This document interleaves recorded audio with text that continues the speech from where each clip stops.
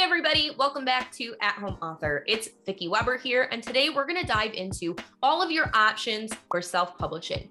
Please note that when you self-publish, you are the publisher. So make sure you aren't on Google looking for a self-publisher for you, because it's you.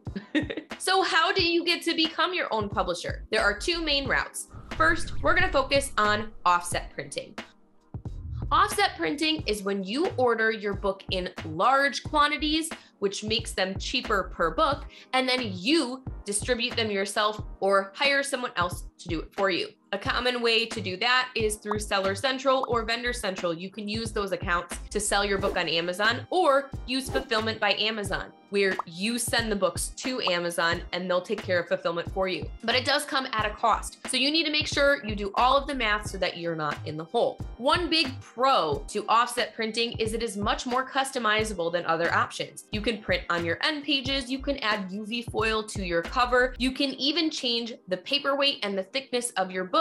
You can print any type of book. You could add stickers in the back, whatever binding you want, you need, you can do it. The con is that while it is cheaper per book and has a higher profit potential, there are a lot of logistics involved because you then need to be the distributor. But also the upfront cost is going to be more expensive.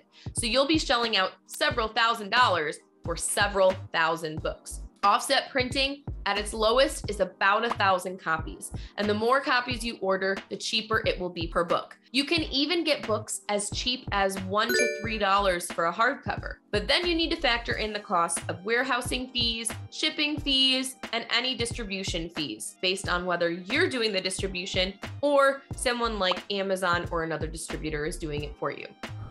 The second way to self-publish is with a print-on-demand company like KDP or IngramSpark. KDP is owned by Amazon and IngramSpark is owned by Ingram. Both have their own pros and cons, but the gist is that a print-on-demand company, you will upload your files to their platform and the company will make your book available online to stores. So your book will appear Amazon online, Barnes & Noble online, Target.com, Walmart.com, etc. And when a customer orders your book, the print-on-demand company prints it, ships it, and then you get paid according to their schedule. Now you need to be careful because both KDP and IngramSpark work differently and their distribution channels work differently as well. For example, KDP only distributes to Amazon unless you enroll in their expanded distribution platform. But their expanded distribution platform actually uses Ingram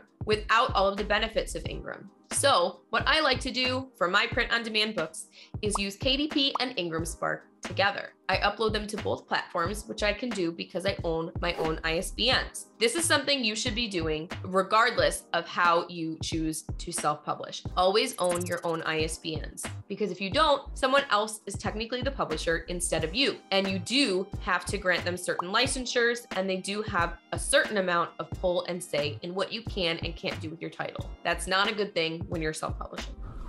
So there you have it, print on demand and offset. Lots of authors even do both. Some will do offset printing for their hardcovers, but print on demand for their paperbacks, or vice versa. You need to figure out what's right for you, and that might change depending on the industry or where your financial situation is at. Whatever you do, think it through and be confident in your decision. And as always, if you need help, pop your questions in the comments below. I'll be happy to answer them. Don't forget to like and subscribe for more content just like this.